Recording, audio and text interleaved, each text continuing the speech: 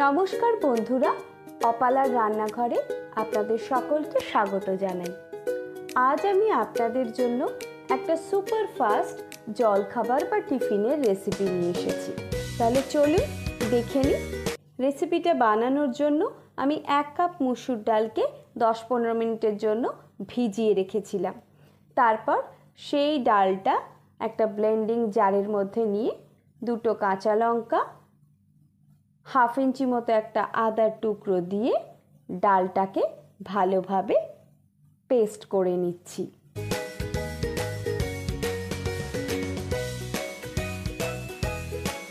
ডালটা আমার পেস্ট করা হয়ে গিয়েছে।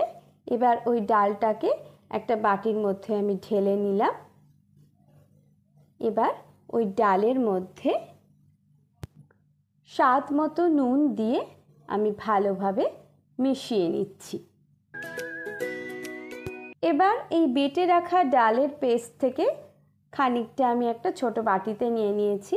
তার মধ্যে 3 টেবিল স্পুন মতন আটা মিশিয়ে দিলাম। সঙ্গে কেটে রাখা পেঁয়াজ, ক্যাপসিকাম আর টমেটো কুচি দিয়ে দিলাম।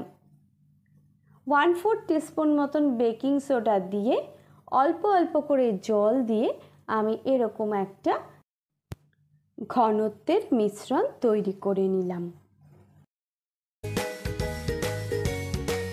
গ্যাসের ফ্লেম অন করে তাতে একটা ফ্রাইং প্যান বসিয়ে সামান্য একটু বাটার দিয়ে এই মিশ্রণ থেকে আমি 1.5 হাতা মতন মিশ্রণ দিয়ে দিলাম।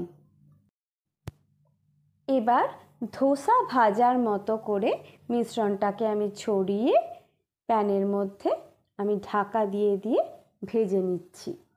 এই সময় কিন্তু গ্যাসের ফ্লেম লো টু মিডিয়ামেই থাকবে।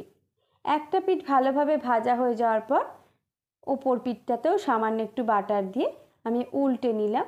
দেখুন কত সুন্দর আমার উল্টো দিকটা হয়ে গিয়েছে। এবার এইভাবে খুন্তিটা দিয়ে দিয়ে একটু ফুটো ফুটো করে দিলাম যাতে ভেতরে কোনো জায়গায় কাঁচা না থাকে। আমার 2 পিঠ ভালোভাবে ভাজা হয়ে গিয়েছে। এবার আমি এটা উঠিয়ে নিলাম।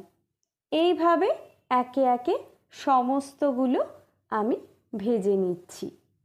ডাল, সবজি আর আটা দিয়ে তৈরি হওয়ার কারণে এই খাবারের মধ্যে কিন্তু প্রোটিন, ভিটামিন, কার্বোহাইড্রেট সব কিছুর গুণই আপনি পাবেন।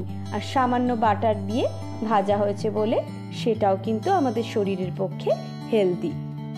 এই প্রসঙ্গে বলে রাখি, আমার রেসিপি যদি আপনাদের ভালো লাগে তাহলে আমার ভিডিওটিতে একটি লাইক দিয়ে আমার চ্যানেলটিকে সাবস্ক্রাইব করার অনুরোধ রইল।